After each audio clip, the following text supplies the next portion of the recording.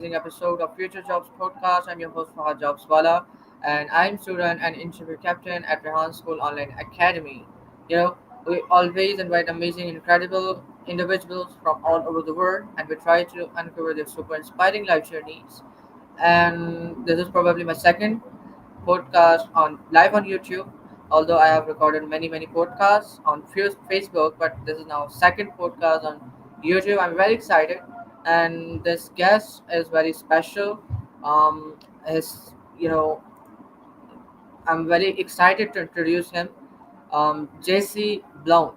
He's the host of the Undiscovered Entrepreneur Podcast, where he gives a platform to new and rising entrepreneurs to share their journey and ideas. JC is passionate about helping people who are just getting started. He focuses on early stage entrepreneurship, personal growth, confidence building, and also shares how his experience with ADHD has helped him stay creative and energetic. He's all about giving a voice to those who haven't been heard yet. JC, welcome to the show. It's a pleasure to have you here. Hi, everybody. Great to be here. I'm glad to be on your podcast. This is absolutely amazing. Thank you so much. Let me tell you about the thing which just Jesse did. This is his unique way, and he usually use this way in his own podcast as well. That's why he called Scoop. He just mentioned earlier when we were having a chit chat before this podcast. Like mostly people know him as a Scoop. You probably watched the cartoon Scooby Doo. There's a character Scooby, and he like laugh with the same way as he does.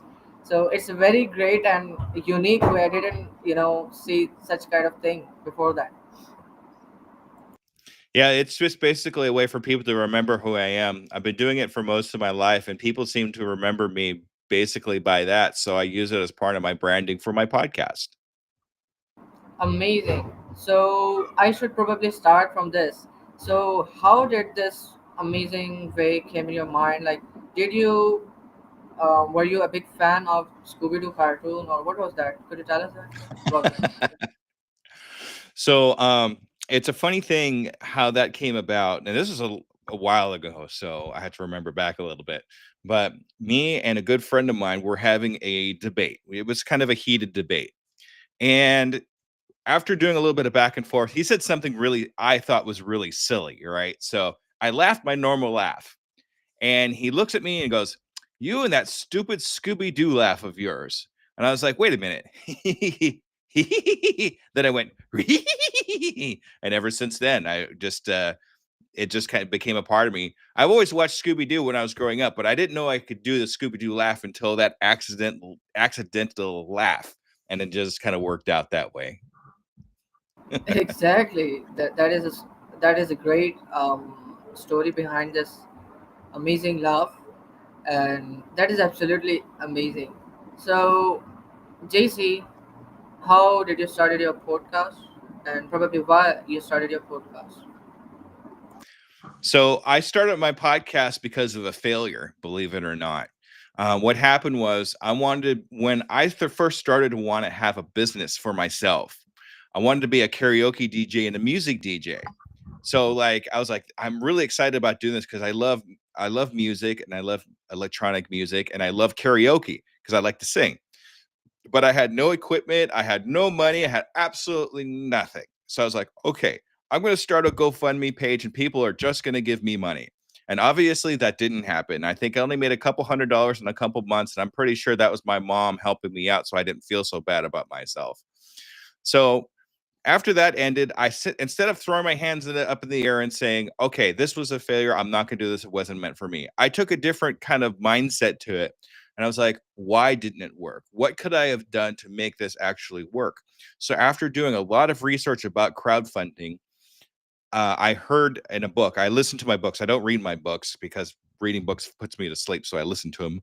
I heard in a book that starting a podcast about something would help you gain followers. And then you have a crowdfund and those followers help you. So I decided, okay, what am I going to podcast about? I left podcasts. How am I going to do it? And I thought to myself, well, I'm a new entrepreneur. I'm just getting started. Why don't I talk to other new entrepreneurs that are just getting started? And that way we're all kind of in the same boat and we can help each other. And I loved podcasting so much that I put the karaoke thing aside. I still want to do it, but I put the karaoke thing aside for now. And now I'm concentrating on helping new entrepreneurs get started in their entrepreneur adventure. And now, 3 years later, over 200 episodes, it's been such a pleasure to be able to talk to people like you and learn from so many other amazing people. So we're just going to keep going with the podcast for now. Great. That is really amazing. Like you heard from a book that starting your own podcast can help you to learn many things. And it really does. As I started my podcast and as my experience was been very great. That I learned many things from guests. Even the fact that I learned this amazing the fluent English I'm speaking, that I can speak English very fluently and easily. I learned this as well from the guests, I invited on my podcast because, since I love to do English podcasts, I'm inviting American guests mostly on my podcast. So it's really great. And you've mentioned about that you also do coaching for entrepreneurs to help them, grow and for your personal growth, etc. So could you tell us how's your experience with that, and when did you start that? So coaching has been amazing for me just because I love helping other people. Helping other people is definitely in my zone of genius because I love seeing them light up when they have that aha moment, when they have, oh, I didn't think of that. That's something I could really use. And that just makes me feel good because now I've helped them get over a hurdle and help them get over a hump that they couldn't get over before. And I've watched them take off from there. And that just makes me feel good. So I want to keep doing that. Coaching for me has been it's a constant learning because I have to keep myself self-educated all the time. So I listen to a lot of entrepreneur books and learning constantly. That way, when I come across somebody that needs to know that thing, I know it already, and I could tell them what the answer is, or I could have them come up with their own answer and go with that. Because it's not so much more of me telling them what to do, but helping them come up with the idea for themselves. So instead of telling them what to do, I like to brainstorm with them and have them come up with the idea because you're a lot more likely to do something if you come up with it yourself. So that's what my goal is.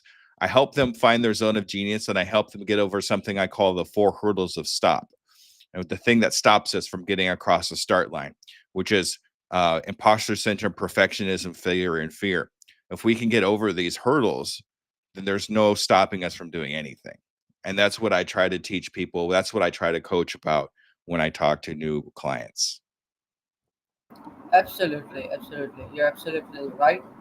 And although life is very simple, but when we face these kind of hurdles and all we do, we are facing some kind of hurdles, some challenges, which are not letting us to succeed in our life.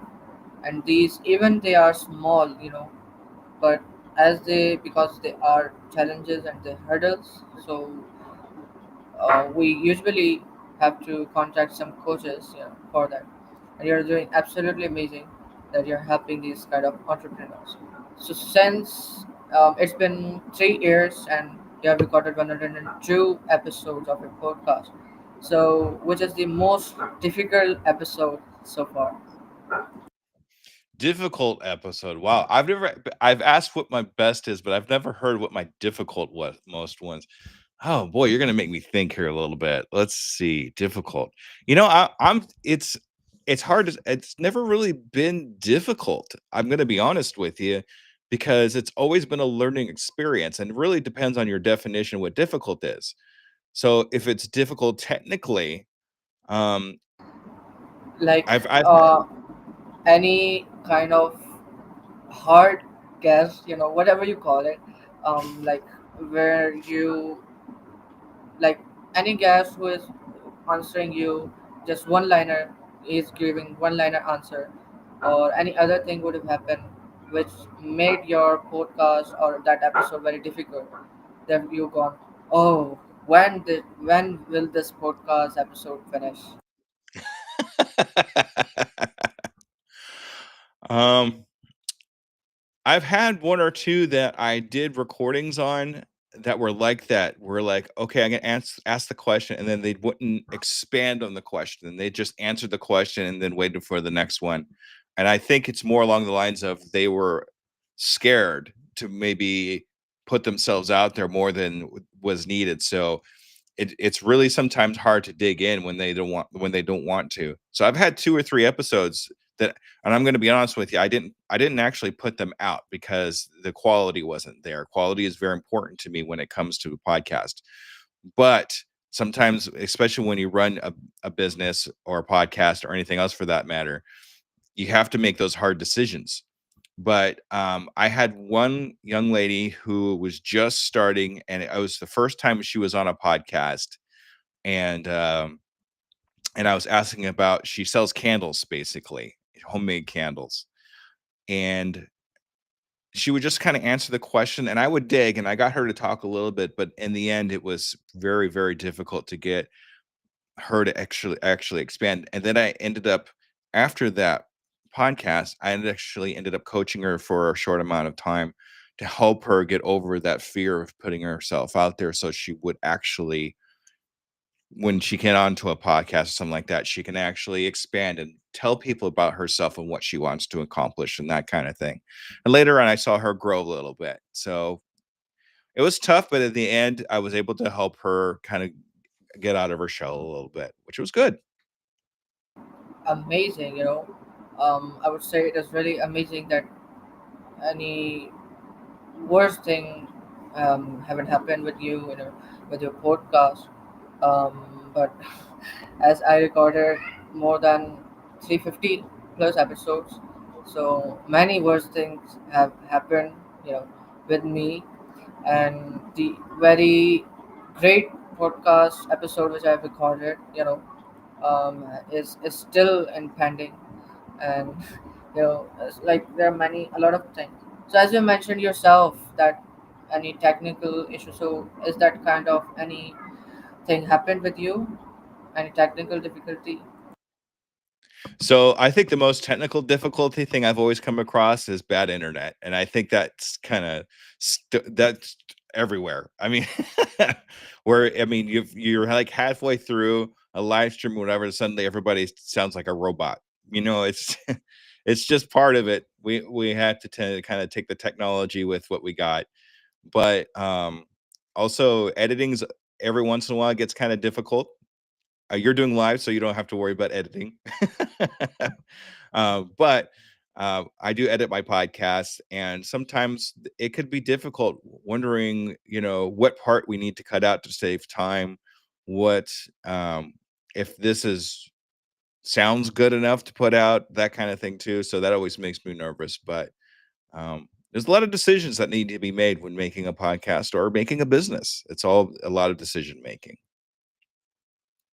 Exactly, that's what is all about. So what tools or habits have completely changed the way you work? What tools have completely changed the way I work? So it was more of a learning curve than everything else. But when I first started my podcast, I used Audacity for my editing, and that it's a very simple free tool that I use that anybody can use. But that took a lot of time to be able to use. So I learned about something called Descript, and Descript saves me so much time in editing because it uses an AI to be able to find specific things, sounds, that kind of thing. So if I wanted all my ums and ahs deleted, all I have to do is press one button and they're all gone. It also gives me a transcript, and when you delete something in the transcript, it deletes it in the video. So it saves me so much time to be able to, and you could see the progression that you have where you start out with something free, but it takes a little bit of time. But as you learn the process and what works for you, you learn that it could save you so much time and energies and things like that by using something. Maybe it costs a little bit more, but the time savings that you have in the process is well worth the money. Uh, Also, the progression of AI has had a lot to do with this. Like this background, there's no way I drew this background. Okay, y'all, this is an AI background, but I never would have been able to do this when I first started out. AI pictures and that kind of thing was not a thing. So seeing the progression of that type of tool for me has saved me a lot of energies and made things look better for me. And I'm a stick figure guy. I can't draw anything. I'm going to be honest with you. So having something like this behind me is amazing. Exactly, exactly. You did a great thing that you mentioned about it, because I was watching reels and I was scrolling, up and down. Then I've gone through from an AI made video. Um, I don't know what was that about, but when I went on comments, I was reading the comments.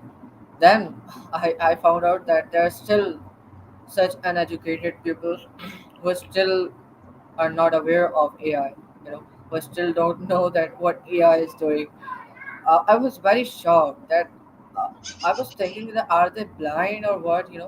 They are not understanding that this is made of AI. So we have to learn it, and there's still less awareness of AI. We have to spread more awareness related to AI. So your name of podcast, Undiscovered, you know, Entrepreneurs. Uh, what was that? So what does the word undiscovered mean to you in the context of entrepreneurship? So a lot of us that are just getting started, because that's what I concentrate on, is people that are just getting started. We are thriving on trying to be discovered. We want to be discovered. We want people to know who we are and what we're doing, because that's the whole reason why we're doing this. But when we first getting started, we are not discovered yet. Nobody had discovered us yet. Nobody knows who we are. So we are undiscovered. And those are the people that I concentrate on. Those are the people that I want to follow me, are the people that are undiscovered, so they can be discovered in one way, shape, or form, whether it be in my podcast or on their own or coaching or anything other like that. And we're all undiscovered entrepreneurs that are trying to be discovered. And that's why I call it that. Amazing, and I'm very agreed with you with that. That we are still undiscovered. We don't know what our passion is. We don't know what our real talent is. We are just moving with the eras. We are just moving with the circumstances, wherever circumstances are throwing us, at. But we don't know what our talent is, where we could be well fit, you know which thing is made for us and which thing is not made for us. So that is the great thing. So what is the biggest lesson you have learned from an entrepreneur you've interviewed? So the biggest lesson I've learned is how to find my zone of genius, how to find the one thing that I love to do so much in my life that I don't care if I get paid for it. I want to do it. And that's how you find your zone of genius. The one thing you don't mind if you even get paid. Like if you get paid, it's just a bonus. But something that you love so much that you're willing to do it whenever, and then take that zone of genius and find out how to help other people with that zone of genius, because we all rise by lifting others. How are we going to lift others with the zone of genius that I have in my heart? That's been the biggest thing. I learned about that in the book called The Big Leap.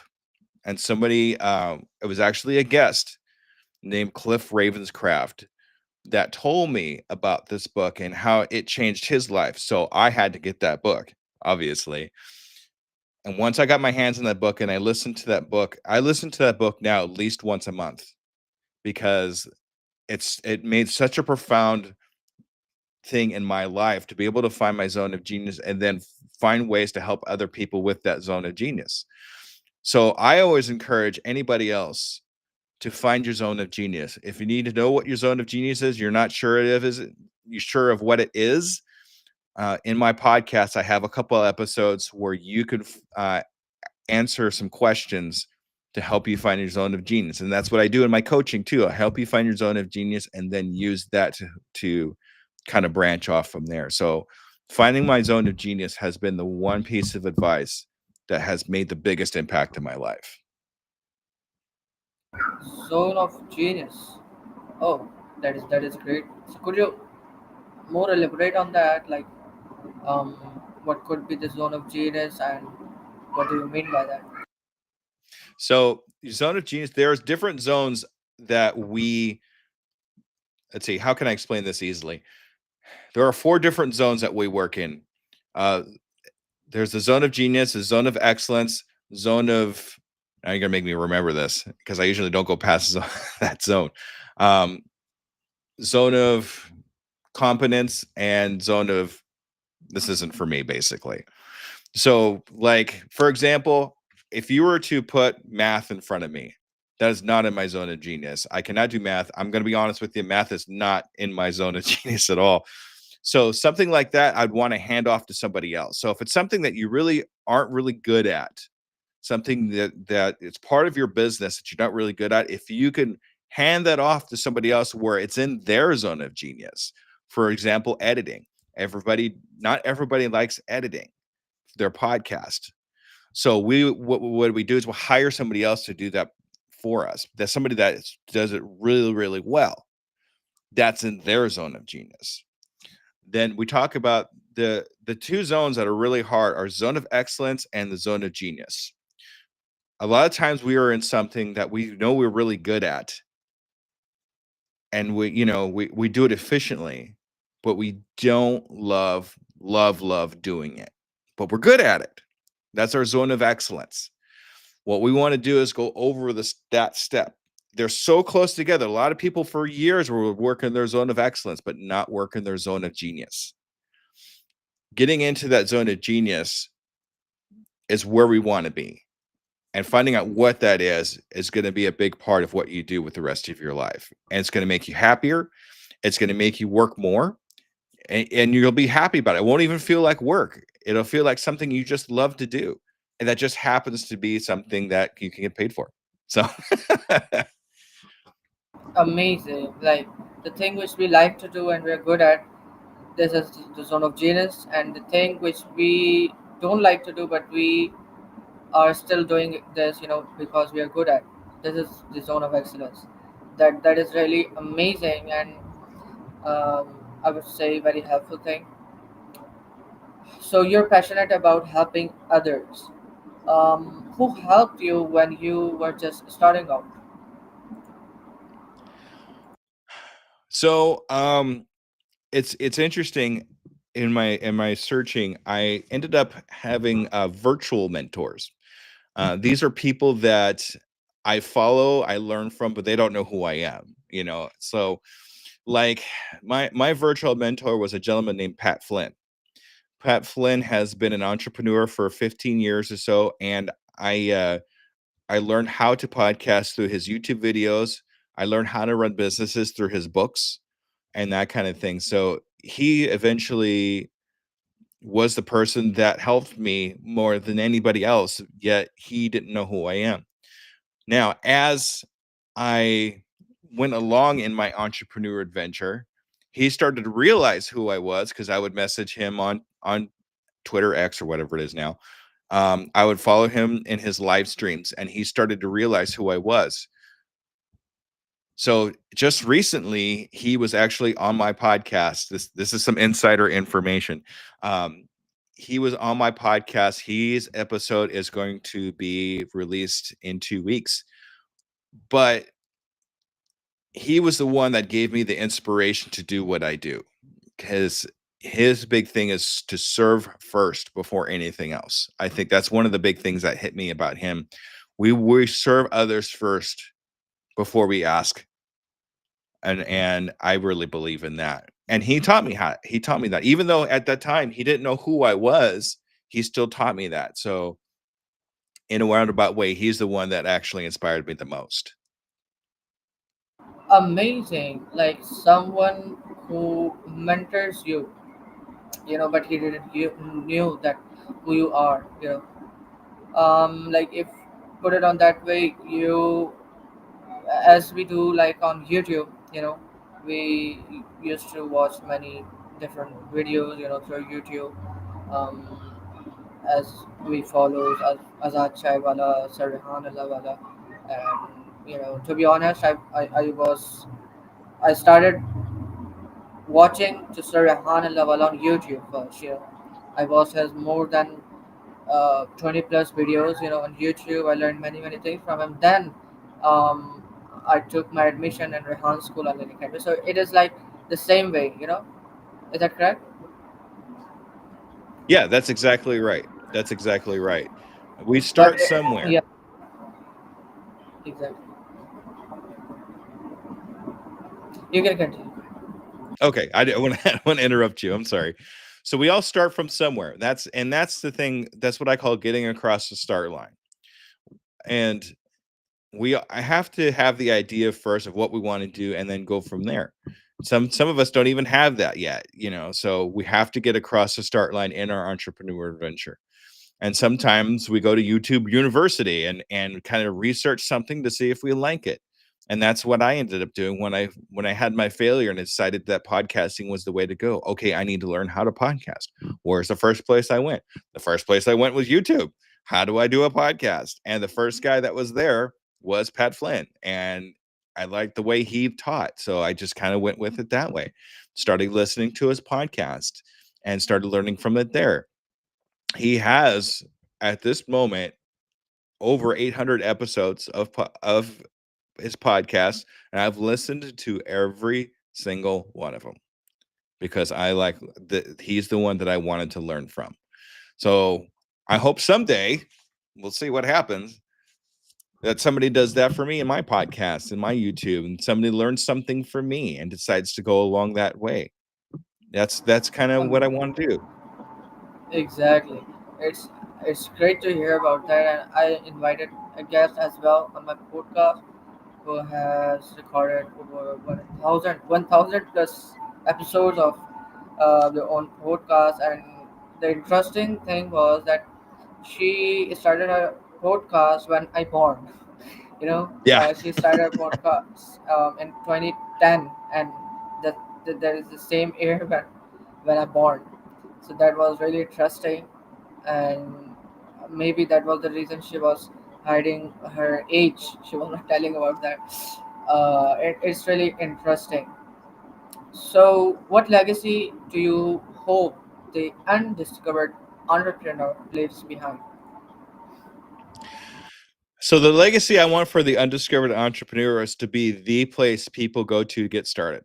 I want to be That's where I want to go with this is whenever somebody wants to start an entrepreneur adventure, the first place they think of, first person they go to is Scoob or Jesse or however you go. They go to the undiscovered entrepreneur.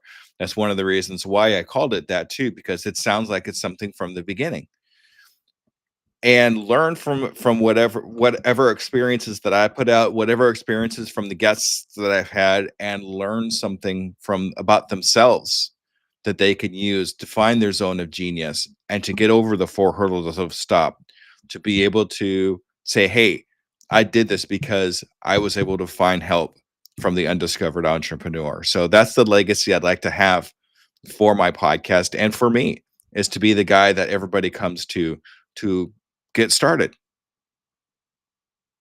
Amazing. That is the best. I would say best legacy. You know, the probably every host wants this from the podcast.